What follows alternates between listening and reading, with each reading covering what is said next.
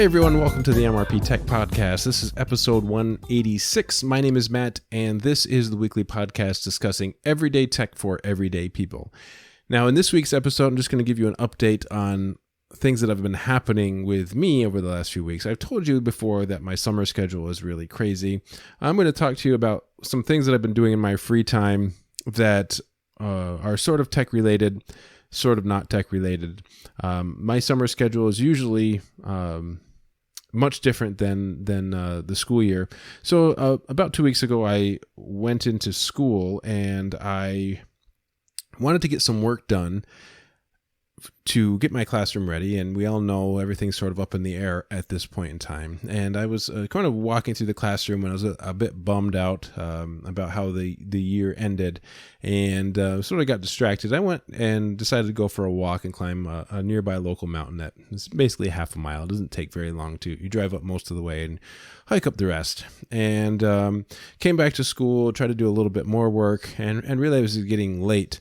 And close by to the school, there's actually, if you remember me talking about the fire towers that are in my area, there's a fire tower nearby, and I wanted to go up and see if I could see the comet, Neowise. Now, if you haven't heard of the comet, it's the comet that was discovered back in March.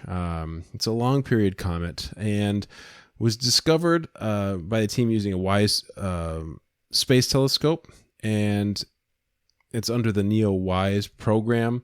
So that's where the name comes from. Neowise is the name of the comet. And it's been years and years and years since I actually saw a comet. And they actually mentioned the Hale-Bopp comet back in 1997. I do remember how clear you could see that comet in the sky. So what I did is I climbed a local nearby mountain, had a fire tower on it, and now it was just before sunset. Had the most amazing view of the sunset over the high peaks of the Adirondack Mountains, especially what we call the Great Range, which is a mountain range of the highest of the high peaks leading up to the highest mountain in New York. And beautiful sunset. And what I actually had to do now, this hiking at night is something I don't mind doing. It doesn't bother me. This is really quick. It takes me 6 minutes to get to the top of this particular mountain. Very easy to climb, and it's basically like walking a road most of the way up. So nothing too adventurous there.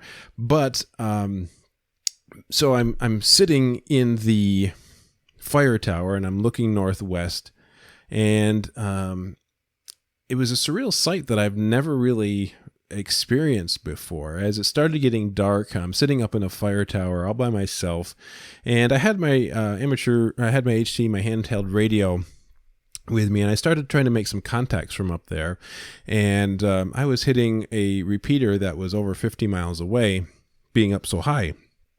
And normally I couldn't do that from the school, which is down low in the valley. So what I ended up doing is talking with some local friends, and they were interested in seeing the comet. So I was using amateur radio to talk back and forth with good friends of mine and explain where you should be looking. And I wasn't sure myself if I was going to be even able to see it.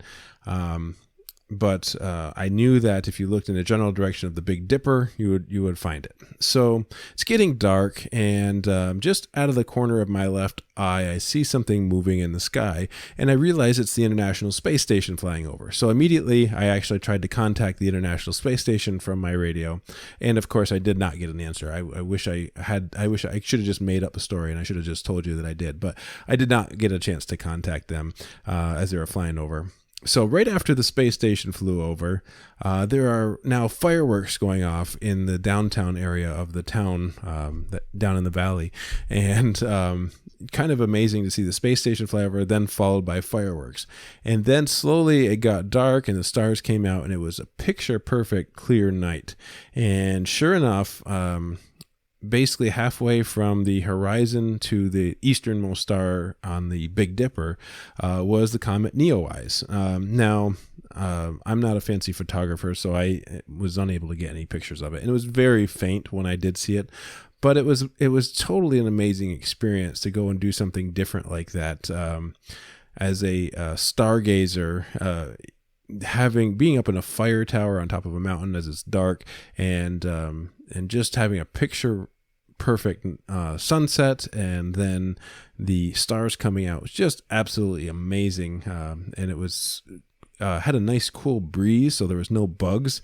I was worried how bad the bugs were going to be up there, and no bugs at all. So it was a perfect night. It was just absolutely incredible and relaxing. And I was most concerned about climbing out of the fire tower in pitch black, basically. I did have a flashlight with me, and obviously I didn't fall out of the fire tower, which was extremely likely to happen, knowing my coordination skills. So I made it down 7 levels of stairs that are very flimsy stairs and a little uneven. Did not fall out of the fire tower. So that was the most important thing about that trip. So I did go see Comet Neowise. Now I started reading that a lot of photographers are having issues with Neowise and seeing the SpaceX stars here. The SpaceX satellites that usually cross over the Starlink satellites. Having a rough time here because I had a picture that was all set up, and the picture now is an ad, so I'm a little upset about that. But basically, the Starlink satellites, as I've complained about before, many astronomers are trying to say that it's ruining their ability to photograph the night sky. Now, what happens is when you're taking photos of, say, the night sky, oftentimes you'll do time-lapse photography. I had a great image of it earlier where a photographer was trying to do not time-lapse, long exposure photography to really brighten up that comet. They will get the movement of the satellites in the way of the image that they're trying to take. So you're getting streaks across the photo. Now, this is going to be happening more and more with all of these satellites that are in the same line, so to speak. So here's a good shot of the SpaceX Starlink satellites. Now, I say SpaceX because SpaceX is the company that's launching them, and Elon Musk owns Starlink.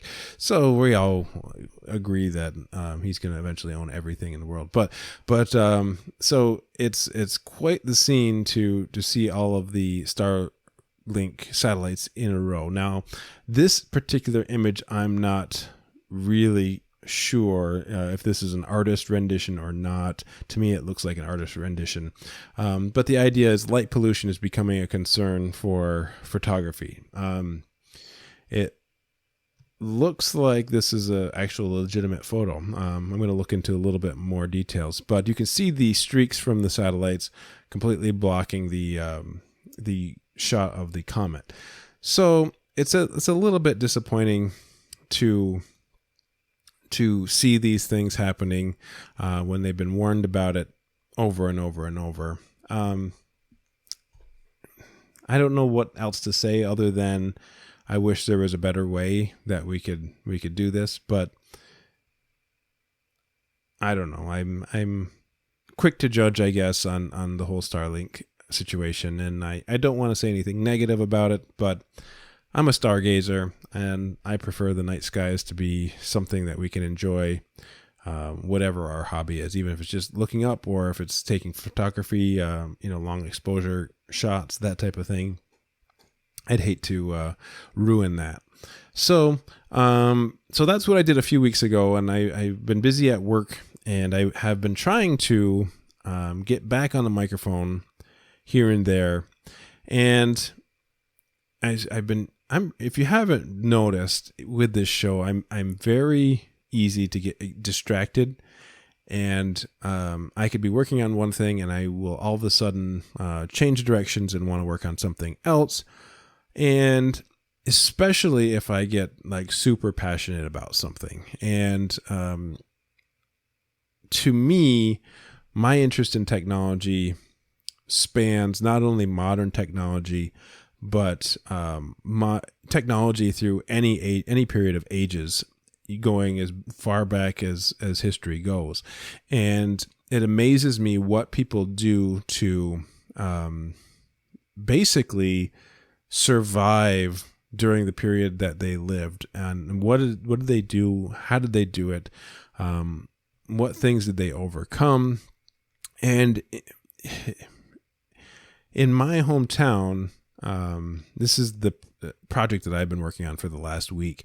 I've got myself involved in another Save the World campaign, and I don't know why I do this to myself, but basically here's the thing. For years, I have been interested in this topic, and I would talk to various people in town, and they would all be in support of it, and not really sure how they could sort of remedy the situation. They always would say somebody should get involved and make the changes that are necessary for this. But here's the deal. Okay, so going back to 2005 and 2008, my hometown has a series of nationally historic bridges. Now, we live in my town.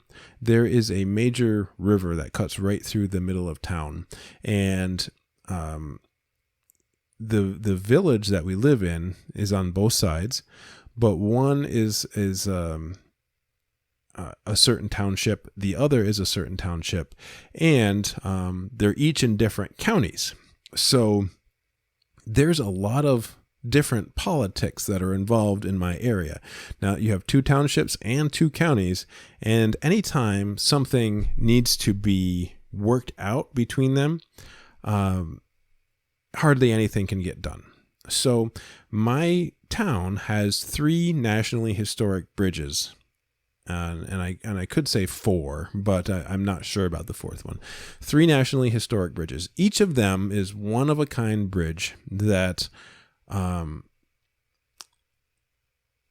are unique to not only my town, but the state of New York, and in some cases the country, on how they are built and when they were built. Now, these bridges were built back in the 1800s.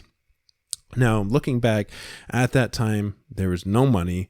They were built, they served its purpose, and they were maintained for over 100 years, up until 2008. They have survived major floodings. They've been renovated. And we had about 20 years ago or more, there was a local group that put them on the National Historic Registry because of their importance. And they were expected to be maintained because of that. Now, due to county politics, with those 2 townships and those 2 counties, there's a lot of arguing that's been going on. So basically, for the last 12 years, these bridges have been sitting closed down and unused and just falling into disrepair.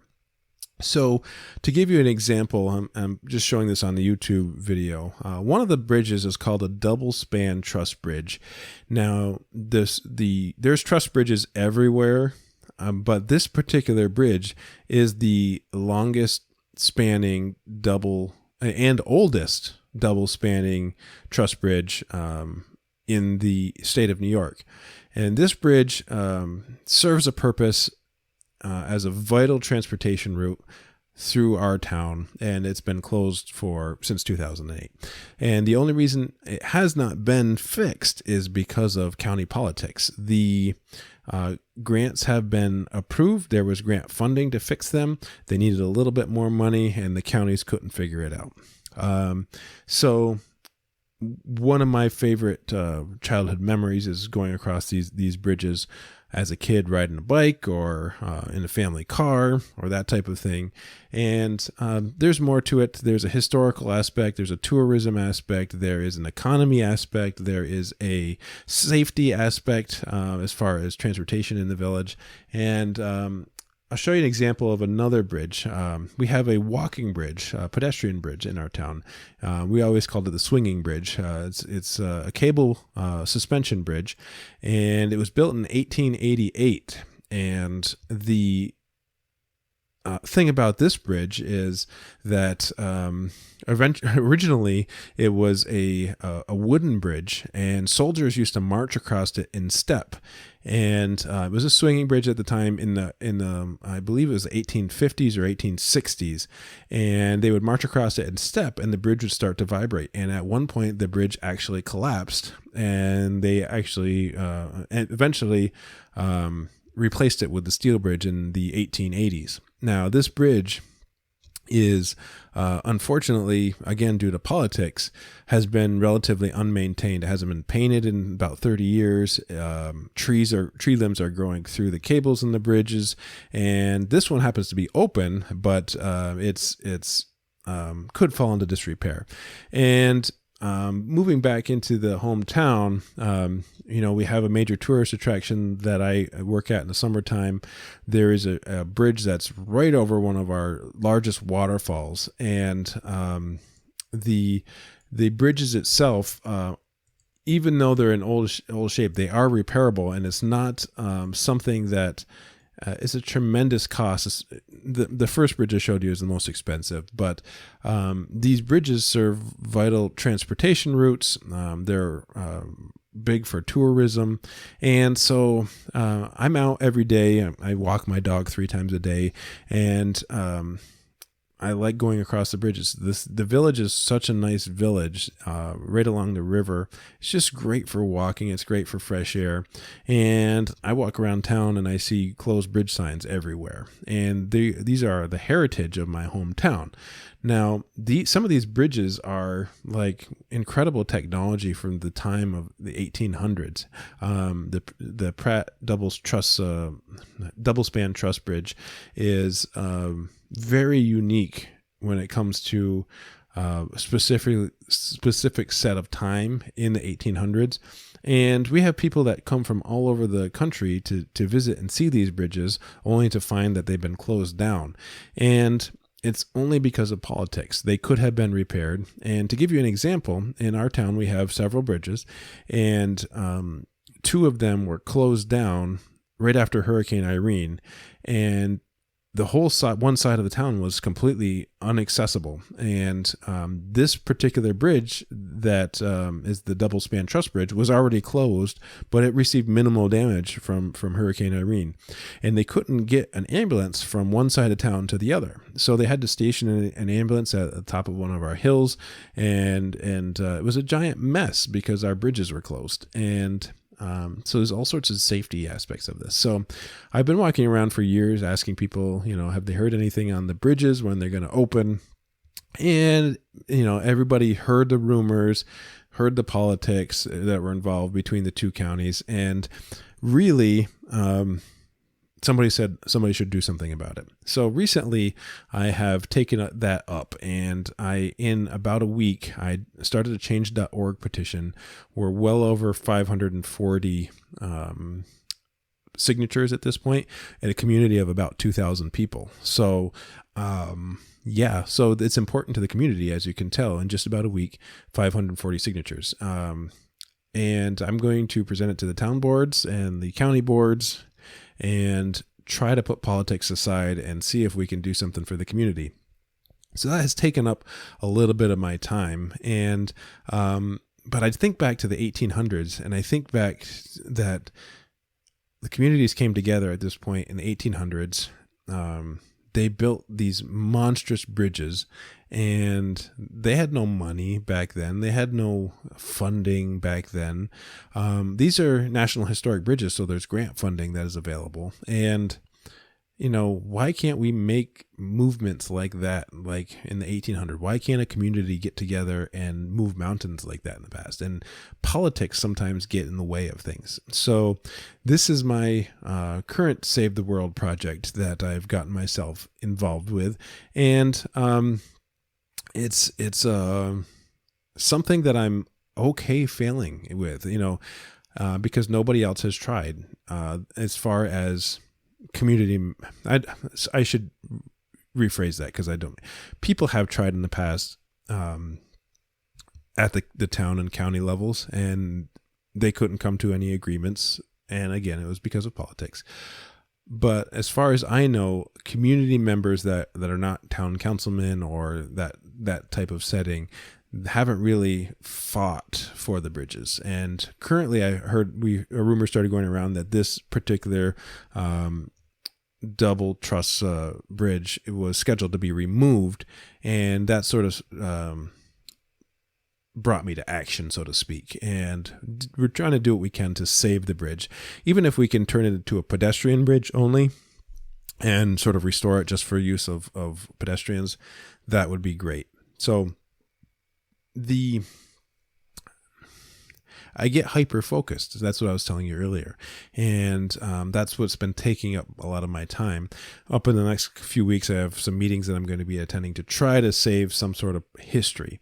And if you've learned anything from this podcast, I've talked in depth on historical things in some ways that history is important. We can't forget about history, especially these marvels from the 1800s. If we take them away, we're never going to get them back.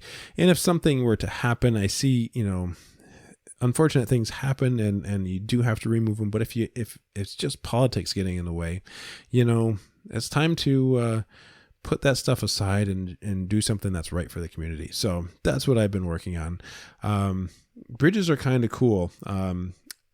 A few years ago, we had an issue farther south from where I am.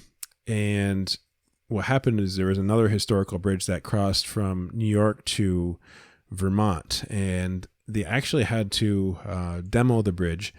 And in record time, because it was states of New York and Vermont, and they could move much faster, they actually built a new bridge in I would say a little over a year and a half that spanned a giant lake. And huge effort where you're having 4,000 or more people a day cross this particular bridge. And so they had to set up alternate routes of traffic around the lake at first, spanning 100 miles. Then they set up a temporary ferry system that went back and forth across the lake. And you can really move mountains when you need to, especially when it comes to two major states. At the county level, it's much different and much harder. So this is a picture of the Lake Champlain Bridge in Crown Point, New York. Just a beautiful piece of engineering. The old bridge was impressive as well. And I'm trying to see if I can come up with a picture of the old bridge.